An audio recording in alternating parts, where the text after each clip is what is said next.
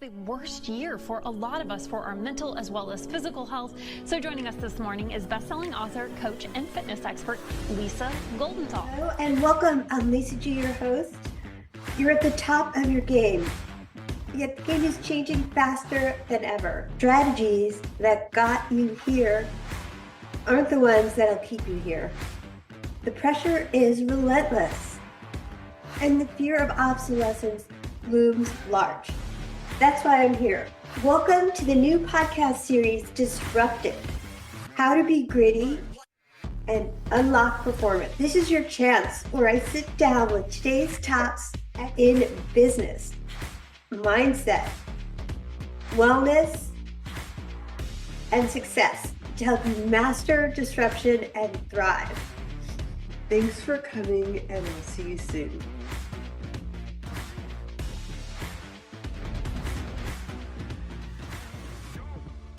She's a woman of impact, an award-winning global business leader, best-selling author, keynote speaker on a mission to eradicate burnout at scale. As the CEO of Burnout Business and creator of EnergyScape Method, she's leading a revolution gracefully, productivity, kind leadership, and unlocking human potential. Her journey spans tech, entrepreneurship, corporate leadership at WPP and Publicis Group, and deep expertise in executive coaching and energy healing, delivering a game-changing workshop for Google, Amazon, Snap, and beyond, while solo parenting her 4 children. We're here to talk about how success doesn't have to come at the cost of well-being. Welcome to the podcast, Bianca Best.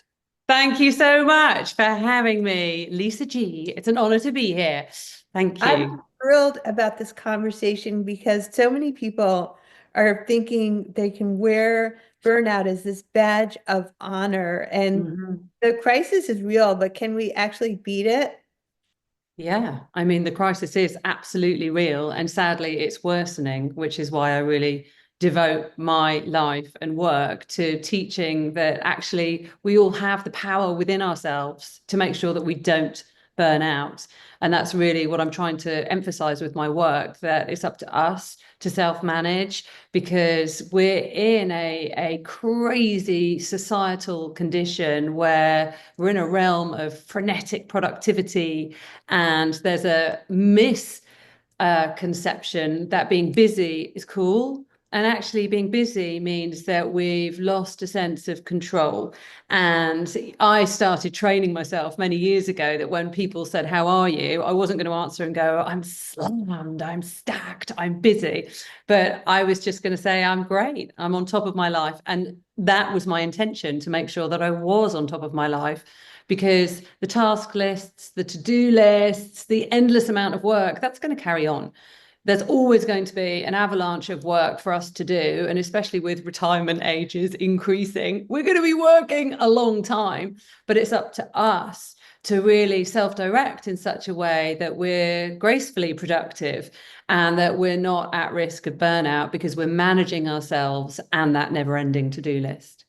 Wow, I really was excited about this conversation because I've been there myself, and I just had to set some really firm boundaries with my iPhone and computer. They couldn't jump in the bed with me and follow me around on the weekend. And I am actually more productive when I take weekends off and travel.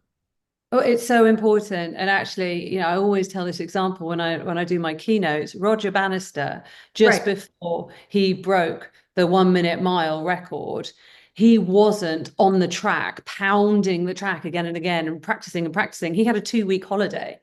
So he went off, he went hiking with his friends, then he came back and did the race and broke all historic records.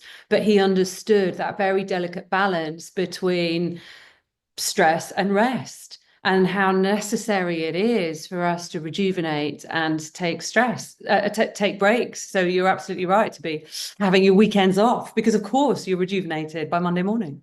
Yeah, absolutely. And I have found that to be true in running myself. I love the parallel between sports and also performance and productivity. So I love that you mentioned the graceful productivity? What is the secret to getting more done with less stress?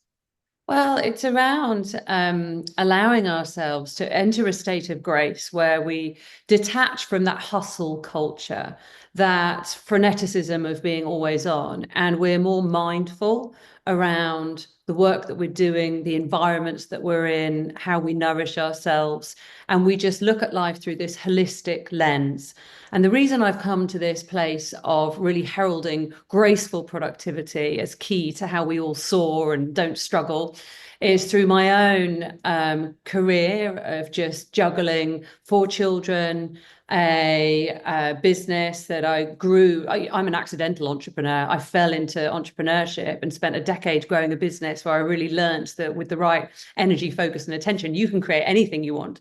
So I had a decade running a business, I sold that. Then I fell into corporate. I spent the past 12 years in corporate whilst running a business on the side. I'm an author. I'm doing all those fun things you described at the beginning.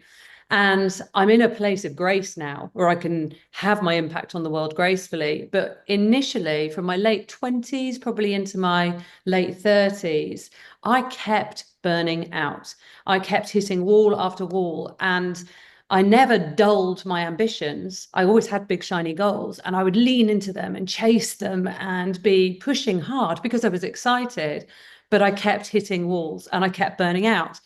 And so I spent many years trying to understand, why am I burning out? Why can't I manage this? I'm excited. I want to do all this.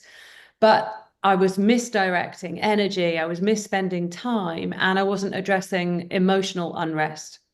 So I got to a place where I really realized that for me to be in a harmonious state, to be able to contribute to life in my best possible way, it was a blend of managing the physical, of managing the mental, and managing the emotional. And once I started to hone the way I was operating in the world across the physical, the mental, and the emotional, I started to be able to do everything I wanted to do, everything that really mattered, to an even higher quality. And I was able to have even more fun. And so this is what I've bottled up and what I write about and talk about in all my keynotes. And I host retreats and I coach and I teach women and men and anyone that's an ambitious soul how we can all get into this place of graceful productivity when we do the work and go within before we start trying to affect the outer.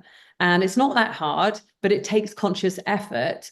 And now I'm on this mission to try and infuse the working world with more graceful productivity.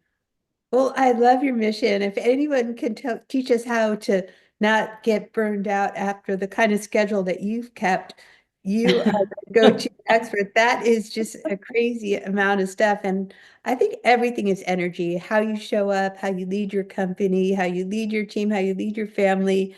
It's a new currency of leadership. And you've worked with some powerhouse companies like Google and Amazon. What is the number one shift that leaders need to make to protect their energy and increase their team's performance? Well, energy, of course, like you say, is everything. And there's so many studies that prove the leaders that exude positive relational energy are the ones that have the happiest, highest performing teams. So it's infectious. When you're giving off a good, positive vibe, then funnily enough, everybody bounces off that. And you can really create momentum and motivation just by your own energy being very solid, very steady, but positive. So it's so important that we understand the energy that we're emitting out into the world, but also how we actually manage ourselves energetically. Because if we're depleted, then we're never going to be able to achieve those ambitions if we don't have the right energy to do it. And in my coaching practice, it's one of the most common complaints I have. People come to me and say, "Oh, I want to live my bright, shiny life, but I just haven't got the energy to do it." And so we unpack that and try and understand, well, where are the depletions? And the most important thing to understand about energy is that we have the control to make the energy that we need and to deplete the energy that we have. But it's up to us to work with our energetic flows and not see it as something outside of ourselves. And it's not a sort of push, pull, lever, but we've got to flow with how we create our own energy and how we consume whatever we're consuming has to energize us. And we need to be very aware of our unique bio-individuality. So a lot of the work that I teach around sort of energy management, energy healing, but really energy management to have impact, is to learn to understand ourselves, because we are bio-individual. So what energizes you might not be what energizes me. And what really depletes me might energize you, for instance. So there's never one size fits all. So I teach this again and again, that we've got to understand where we get our energy from. What is it that energizes us, and how do we rejuvenate ourselves? And what is stealing our energy?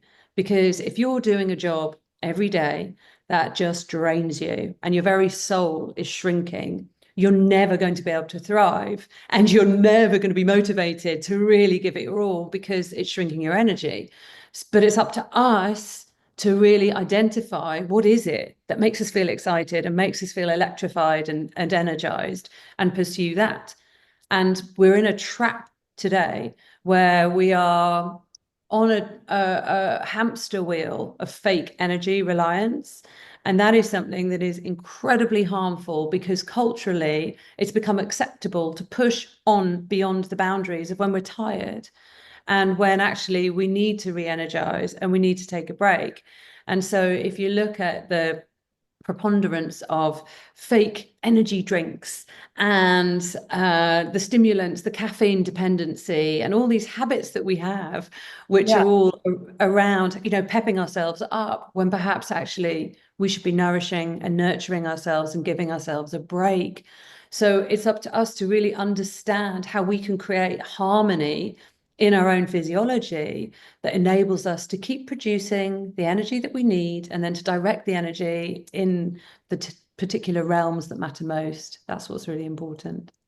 I love that individual approach that you have with that, rather than just giving everybody the basics. Yeah, get more sleep, eat healthy food, meditate, exercise. But I love the way you said that it's not just the same for everybody of No, what's going to energize us. But I am such a firm believer that the way you show up matters, the way you lead matters.